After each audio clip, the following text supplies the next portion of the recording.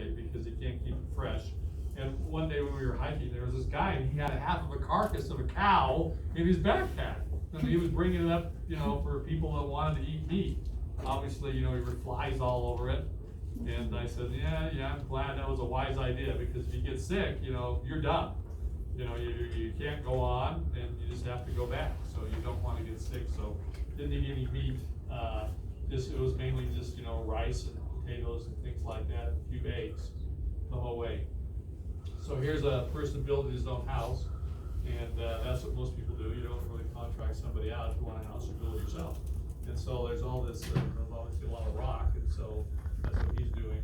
Unfortunately, that house collapsed in 2015 with the earthquake. And so there's a lot of water, a lot of, crossing streams, rivers, and these are the kind of bridges. And so you're not the only one crossing the bridges. The yaks are too. So, you have to stay out of their way if they're coming the other way, and if you're going your way, you hope that the bridge is strong enough it doesn't collapse when you're on over the yak. A whole herd of yaks going across there. This is one of my good friends. He was supposed to climb Kilimanjaro with me, and he had to have his hip operated on from playing football, and so he never made that hike with me. So here we are, 4 years later, climbing Everest Base Camp together. So again, you can see it's very mountainous, below the tree line. So we're right now at about 11,000 feet. So not really too bad.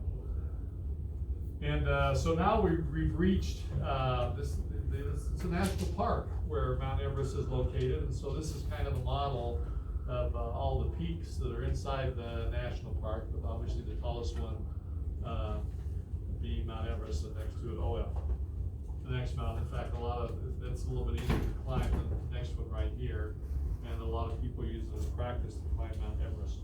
And some people, if they're really in a hurry, will climb one and then cross over and climb the other one. So they can say they climb 2 8,000 meter peaks at the same time. You ever heard of a mountain climber by the name of Uli Steck? Yeah. Anyway, he was the world's best mountain climber until recently. He's from Switzerland, and he did climbing. We heard about the recent individual that climbed Yosemite in Yosemite Park down the ropes, 3,000 feet straight up. Never been done before. He studied the climb for 3 years, because no ropes, no assistance. And so all it takes is one wrong handhold, you fall to 3,000 feet and you're dead. And so it's obviously the most dangerous climbing. And so this Uli Steck, he was a accelerated climber. I don't know if you ever heard of the Eiger Mountain in Switzerland. Anyway, it's one of the toughest climbs. It normally takes 2 weeks. He did it in 2.5 hours. Okay. And anyway, so he's a speed climber, and so he was very good. Climbed the Matterhorn in an hour. Only takes 3 days. And anyway, so recently he was in Nepal, and he was climbing. He fell 3,000 feet and died dead. He was 42. So that kind of climbing usually has a life expectancy. You're good until you fall, and then you're dead. And so people really have to have, kind of like not really a death wish, but be very secure. But all it takes is one false move, you're dead. So not a lot of people are interested in doing that, nor was I. Okay. So now we're getting up to the point which is a Buddhist monastery, and this was on the way up. And just giving you some idea of some of the gorge we're across. I'm actually afraid of heights, and so crossing those bridges, was a very scary thing. I mean, it's okay if I could, look around. I've been on lots of cable cars, and but you're not going to see me hanging out on a rope looking down 500 feet or 1,000 feet. My son Jared liked doing that, but I never have. But so crossing some of these bridges, was a very scary experience because they're not very stable. Okay. And so here's giving you some idea of the mountainside, that it's really steep, but they try and use everything they can for agriculture because there's not much else, they can do with the land. And this is subsistence, it's to survive. And so some of these houses are really on the edge. Anybody have any questions thus far? So this is Manshi Bazaar, and this is the biggest community and the last community that has any electricity. So this is kind of a haven for the flights. You know, last time you get to take a shower, you get back, with few exceptions. And you can see the Buddhist prayer monument there. And so this is kind of the 30,000 people passing back and forth. So occasionally, sometimes it fogs in, and as I showed you that airport, the airport fogs in and you're stuck. In fact, I was reading last year, it was really foggy, so the airplanes couldn't fly in and couldn't fly out.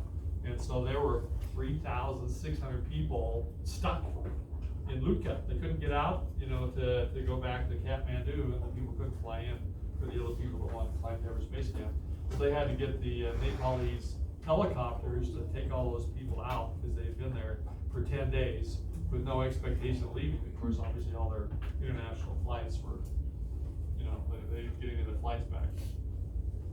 So this is just kind of showing, you know, what's there. You know, I mean, there are lots of knockoffs. I mean, you can, all the real famous, you know, mountaineering brands are there, so you're not sure if they were made next door in China, which is right across the way, or they're the real goods, but they're less expensive, a lot less expensive than here, so they're probably knockoffs.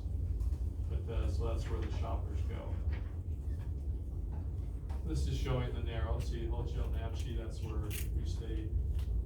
And here we are. So now we're starting to ascend. You can see it's pretty steep. You know, we're starting to ascend out of Nama Bazaar and starting to ascend up. So this is about 11,000 feet. So we still have another 7,000 feet to go to get to base camp. And this is just showing, you know, the way that they are obviously hanging out there longer to dry. I climbed it in October, so it was not too bad. Here's an airplane. This is the last airport where airplanes can land, and some of the people that don't want to make the climb from Lutka to there will land by airplane. But this is the highest airport. So the biggest issue, of course, is you got to have a flat space to land. Helicopters don't. But helicopters have a limited amount of lift. And I don't know if you read about some of the rescues for people that have either fallen off Mount Everest or have had high altitude sickness.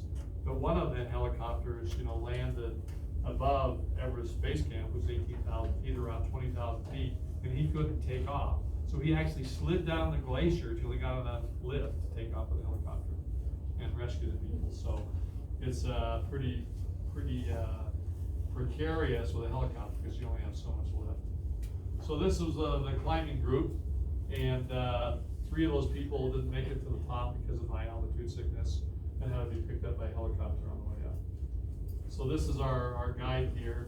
So most of the Sherpas, you know, there's really 2 different guides. There's the guides that take people to Everest Base Camp, and the Sherpas that take people up to the top of Everest. And so there are some of them, you know, that have climbed Everest 200 times as a Sherpa, but it's not a very well-paid job. And of course, I don't know if you remember during the earthquake in 2015, 18 Sherpas were killed on Mount Everest because of the earthquake while they were climbing. So you can see it's a pretty heterogeneous group. You know, it wasn't very expensive, you know, to climb Everest Base Camp. I was surprised. It was $1,500. It cost about $1,500 to get over there on the airplane, and that included everything. And what was even more amazing is when I climbed Kilimanjaro, because the person didn't go with me, so it was just me. And so there was a guide and 10 porters. So I had my own tent, my own bathroom, my own food tent, and the porters were running up and down the mountain bringing fresh food. It's like you're a Maharaja, you know, and that was $1,500 climbing Kilimanjaro. So pretty amazing. And so here they are, you know, drying things for the winter, and it's very important because there's not a lot of food. There's nothing that grows there in the wintertime, so you have to prepare in advance. So here we are at the Tembuka. And Tembuka was one of the biggest Buddhist temples in that area, and you can see all the shrines with the Buddha and a huge number of priests there. And this is one of the large, you know, prayer towers outside of the Buddhist temple. Lots of wildlife in October. There's lots of sunshine during the summer and early fall. are looking toward Mt.Everest. This is one of the first views of it. This is with the guide, and of course the prayer roll. So you're lucky because it can be cloudy, it can be rainy, so you're very fortunate to have sunny weather. And so we had great weather the whole time. So how do you get your stuff up? Well, you normally carry a day pack, but the Sherpas are actually, you have a bag with all your other things, sleeping bag, paraphernalia, and everything else. And so they actually take it up for you. So it's kind of an easy. The altitude may bother you, but it's not like you're carrying a 40 or 60-pound backpack as well.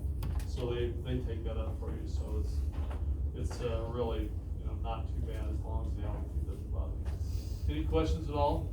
So here we are. This is talking about the park. We reached the national park, and now we're entering it. This is kind of some of the rules and things you need to do. It's a big national park. Lots of the Buddhist priests. That's if you don't have a job, or you're from a caste that doesn't really have as much opportunity. The boys frequently become Buddhist monks, priests. Again, here we are in the prayer, burning incense and all of the paraphernalia that goes on in the Buddhist prayer. I was a culture exchange student to Japan. I went to a Buddhist temple for 2 days and sat in the lotus position. I don't even know what the lotus position is. You fold your two legs one over the other and sit there like this, for hours on end.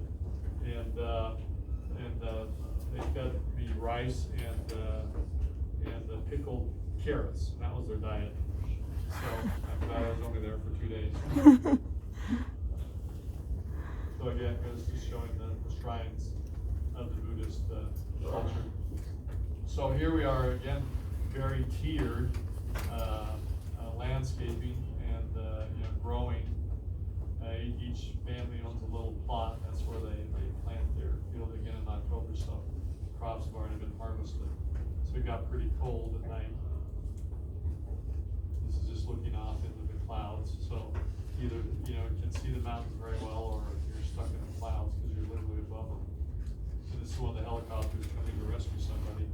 So probably about 10 to 20% don't even make it to Everest Base Camp, because if you're not very good safe and you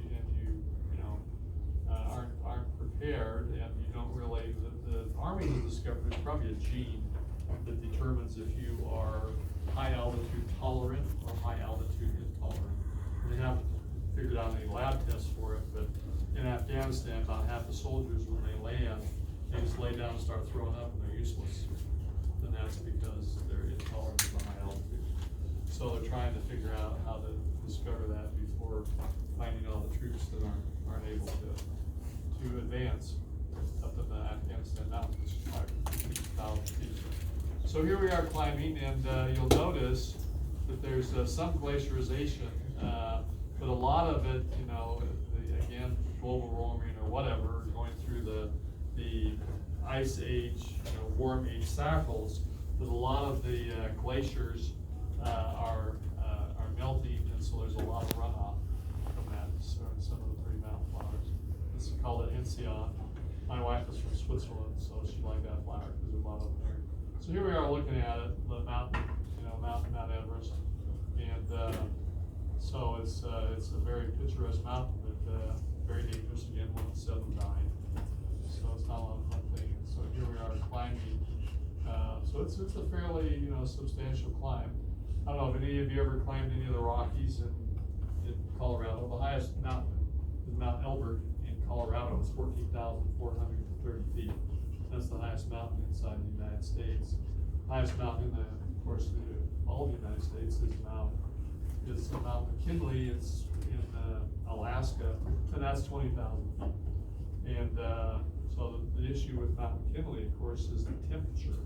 And there are lots of storms there. I have a friend who climbed it, and he was stuck in a blizzard for a week and a half. Couldn't go down, he'd fall off the cliff, couldn't go up, because couldn't see where he was going, so I just had to wait it out until the weather got better. So that's the real problem with Mount McKinley, not so much the altitude, but the temperature. It could be 50 to 80 below zero. And here we are looking toward the mountains with all the prayer flags, and it's really an exquisite view. Very, again, here's the glaciarization glacier there now, all of this is moraine, and moving toward Everest. Just looking at it, here we are closer, and so you can see that it's very rocky and very picturesque. And during the day it was pretty warm, 70 degrees, so you can just hike in your shirt sleeves. Here we are looking right at the end of the glacier, going up the mountain, and so a lot of it is melted off, just like most of the glaciers. Here we are climbing toward Everest base camp. Again, some of the pretty flowers and lichens along the way. This is, of course, Edelweiss. Edelweiss is, native to the European Alps that still grows here. This is one of my wife's favorite flowers. And slowing the lichens and the colors of the plant life, even in that altitude. We're now about 14,000 feet. And so here we are looking closer up, toward Mt.Everest. And some of those ice falls are really very dangerous to climb. In fact, that's one of the ice fall that you see about in the center. That's one of the most dangerous parts. There's lots of glaciers and crevasses, and you can have avalanches or fall in the crevasse, and that's the end. So what they do is they get aluminum ladders and strap them together, and you have to walk across that with ropes. So the Sherpas set up most of your climb for you. There's usually six camps on your way up to kind of acclimate, and then you make the attempt to summit. And the summiting is very difficult, and they're about less than 2% actually climb all the way to the top without oxygen. Almost all the clients, the people that paid for guides to take them up to the top, use supplemental oxygen. And of course, they just leave the oxygen bottles there, so there's a lot of trash at Everest Base Camp. They're working on cleaning it up, but also on the way up, use oxygen bottles. Any questions? Dr. Bailey, what year were you there? I was there in 2011. Yeah, right. And I climbed Kilimanjaro in 2005. So you can see that it's a pretty steep climb, and this is similar to K2. K2 is considered to be each mountain has its risks why you die from climbing it. And so Everest, of course, is the altitude, and I don't know if you ever read the book In the Thin Air. Anyway, so what happened was every climber, when they climb, they have a go or no-go situation. And so there were 8 climbers that were near the top, and they were getting close to where they should turn around and go back, and they decided, no, we're not gonna, we're gonna reach to the top.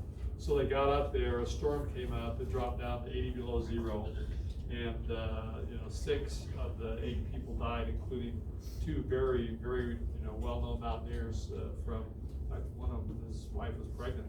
He called her, said about coming back on a satellite phone. So it's a very unforgiving mountain because of the change in weather. A storm can come up, but at that altitude, they call above 26,500 feet the death zone. So theoretically, unless you're really acclimated or one of those 2%, you're going to die if you're above 26,500 feet without oxygen. Okay, your body just won't tolerate it. And of course, obviously, those people that were climbing, they ran out of the oxygen and they were stuck in the storm, and so half of them died, including the guides. And one was a pathologist, amazing pathologist from Texas, and he survived the night at 80 below zero. And they found him the next morning, and they had to amputate his nose, his fingers, his toes, but he survived. And it just so happened that they were, filming a film, IMAX film, and the crew was there. And so Ed the Skiers, who was the U.S. climber that has climbed all 14 peaks, not at that point. And so they rescued some of those people that would have died. The first people that tried to climb Mt.Everest were back in the 40s. Mallory, and they actually recently, because of the melt, found his bones 7 years later. So it's quite a attempt to climb that. So here we are looking toward base camp, where they actually set up to start the climb is right in there. So we're looking across it.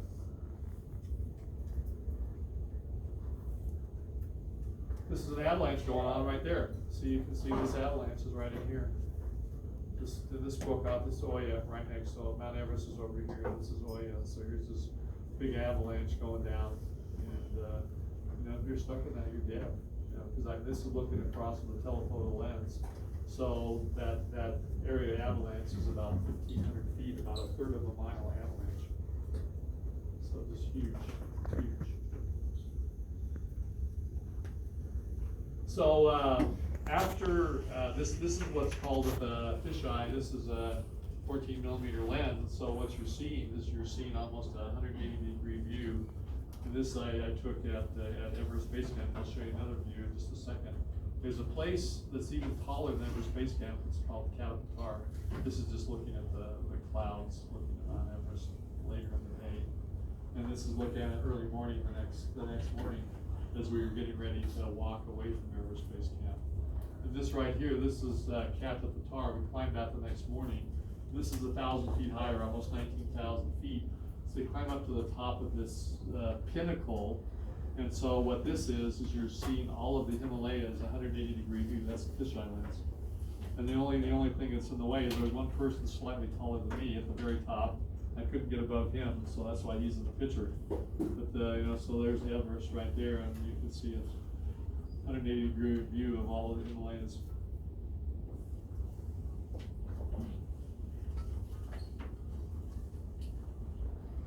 And this is looking at looking toward that on the way back down. So just exquisitely beautiful, and you're lucky if you have great weather. And again, bunch of yaks coming up toward Everest Base Camp to resupply the people that camp out there for that day. And again, that father with his little child. And there's not a lot of things to do there. Probably about 50% unemployment rate. If you're not, helping with the tourists, there's not much to do. So here there's a bunch of people gambling just to pass the time away because there wasn't much else to do. So does anybody have any specific questions? No questions? Nothing? Yes? When you got to base camp, was it hard for you? No.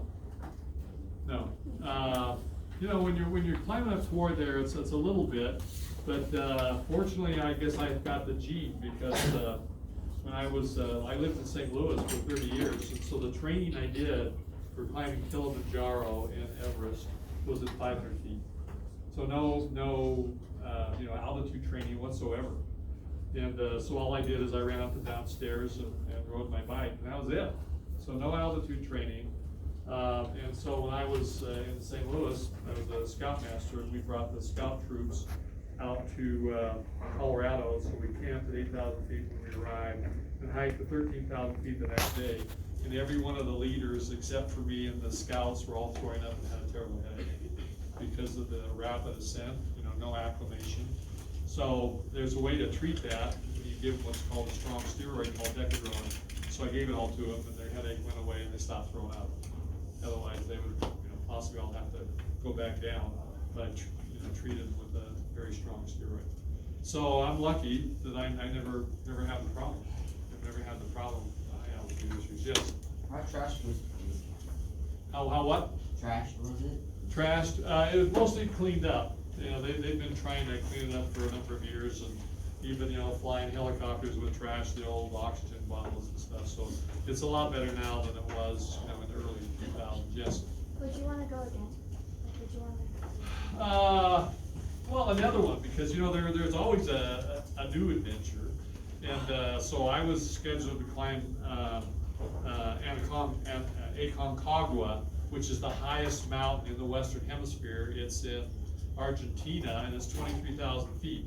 And so I was going to go with my son. He got appendicitis, so he never made it. So I never got to climb that one. But there's a time to be doing that, and I think I could still do it. But the question is, do you want to spend your time doing something else. Yes? Did you summit? Not to the top of Everest. Like I said, it takes 70 days and $70,000, and 1 in 7 died. Didn't wanna die, didn't wanna pay $70,000, didn't have 70 days. You know, as a neurosurgeon, you know, where are you gonna find 70 days of free time? Okay? Yes? Did you enjoy climbing Mount Kilimanjaro more or at the Everest base? I like Kilimanjaro a little bit more because number one, it was quicker. I mean, it's 6 days, you know, less acclimation. The only part I disliked about Kilimanjaro is we descended 15,000 feet in 1 day. Okay, you know what that's like on your knees? You know, walking down a mountain 15,000 feet, your knees, I could barely walk at the end of the day. And I was using walking sticks and my knees were butter. We climbed down 8,000 steps in 1 day. Okay, so it was, that's what I didn't like about it. If I ever went again, I would rather go to Kilimanjaro again. And so when we descended Kilimanjaro, even though it's only 50 miles from the equator, it was 20 below zero on the way up. We climbed it during the night so we could get to the sunrise in the morning. There's still glaciers there. And it was cold. So I would like to go it again and camp overnight on the top of Kilimanjaro because it is a volcano. Okay? Hopefully it wouldn't erupt during the night. Erupt during the night. The odds of that are low. Any other questions? None? Yes? Were you near the top of Kilimanjaro when you came there? When I what?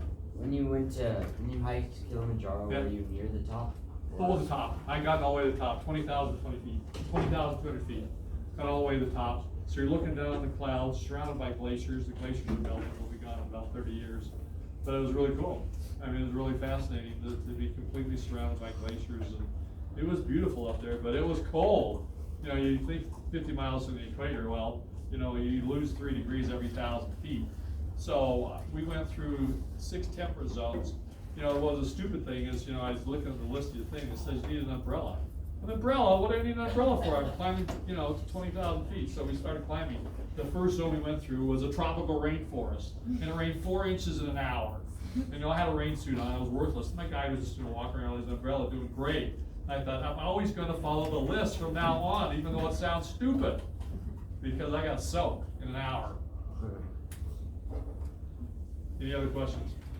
Yes? Was it pretty cold when you got to base camp? No, during the, you know, during the day, it got obviously cold at night, down below freezing, but during the day, you know, it was, I mean, you're hiking, so 60 degrees, it was, you know, very, very comfortable hiking. I hiked in shorts. Yeah, shorts and short sleeve, yes. How many days did you guys stay at base camp? Oh, 1 day, so it's 8 days up, 3 days back, because it's a long hike, 120 kilometers in each direction.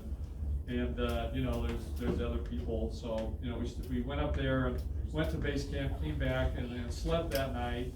And then we went to Katapatar, which is 1,000 feet higher than base camp. And then that day, we hiked down to the next camp the same day. We get back on time. And, you know, going down isn't that big a deal. I mean, it's certainly not as bad as, you know, going down 15,000 feet in 1 day. Yes? Is it true that the mountain chooses who goes up and who stays down? The what? Is it true that the mountain chooses who goes up and who stays down? Who decides that? Well, it's in our book. The book, there's a Sherpa in our novel that says the mountain decides who can climb it and who can't. Oh, well, it's actually the individual, not the mountain. I mean, everybody's different, you know, I mean, you either prepare, I mean, if you've got, you know, obviously you have the gene that allows you to tolerate, you know, altitude. I mean, even though we went slow enough, you know, you're supposed to be able to acclimate. There's still people that didn't, they couldn't make it, you know. So the 2 things that happen, high altitude sickness, 2 forms. The first is your lungs, so you start climbing up and you start coughing up bloody, frothy fluid. And so it's because you're rupturing blood vessels in your lungs. And of course, that's bad enough, but the worst one, you know, is high altitude cerebral edema. Your brain swells, you become comatose, and you die in short order. You know, so it has to be really quick. So the reason why I went with the group I went to Kilimanjaro is there's no helicopters there. There are about 40 to 50 people that die every year by Kilimanjaro because of the altitude sickness. So the group I went with, they have what's called a gamma bag. And so if you start developing signs of high altitude sickness, they put you in the bag, pressurize the bag, carry it down the mountain in the bag. So you can most likely survive. And that's why I chose that, because, you know, if you don't do anything, you're gonna die. That's the only way in that remote environment to have a chance to survive. Well, the other thing you can do is you can take a medicine called Diamox. What Diamox does, it changes the pH of your urine, because it's been found that your blood is more oxygen deprivation tolerant if the pH of your blood is alkalotic, push up. So you take that medicine when you're doing it, and I did it on both times. But after about 10 days to 2 weeks, it wears off. You don't get the effect anymore. Yes? Did you have some maps or something? I thought I saw you had a little Yeah, stack. I have some maps I brought with me. One of them is the one from, you know, National Geographic. And it's the map of the climb. You know, you go to 7 different cities, and you know, just showing the climb. So here we are looking at it. And so that right there, of course, is Mt.Everest. And so we started out down here at Luca and climbed all the way from, you know, all the way along here. And I, you know, wrote here what describes each camp and glued those on the map. Give you some idea of Agora Chute. That's where the highest point right here. You climb this thing. Man, that was a hard climb. You know, we started climbing at 4 in the morning to get there for sunrise. And I mean, it was cold and it was a steep climb. You know, you're at 19,000 feet. Needless to say, you're a little bit out of breath too, but made it to the top. And then of course that right there is the true Everest base camp, and then Mount Everest right here. So I advise all of y'all to try it. You know, I mean, adventure is good. I mean, you think about it. And you got 3 things you got to worry about. You got to worry about your spirit, you got to worry about your body, and you got to worry about your physical brain. And so you got to be working on all 3. Okay. So if you stop using any of them, you rot. So never rot. Just keep on using them. And what you don't use, you lose. So you got to keep on staying physically active. I'm now 70. I can still beat my kids too. I'm on playing racquetball, and you know, I exercise 6 days a week, and try and use my brain. You know, working on writing a book, and you just got to push yourself. Picked up, you know, woodworking, stained glass, metalwork. Started to run the farm. You know, I got to do that stuff. Otherwise, you just rot. And so you have to push yourself forever. Okay? Any questions? So the day you stop pushing yourself, you start to rot. All right, Dr. that's lots of Bailey? work. Yes, You may have already said, what month was it? it was October. October, thank you. Yes. Did you say that you do metalworking? Yeah. What kind of metalwork? Well, it's welding at the moment. Okay.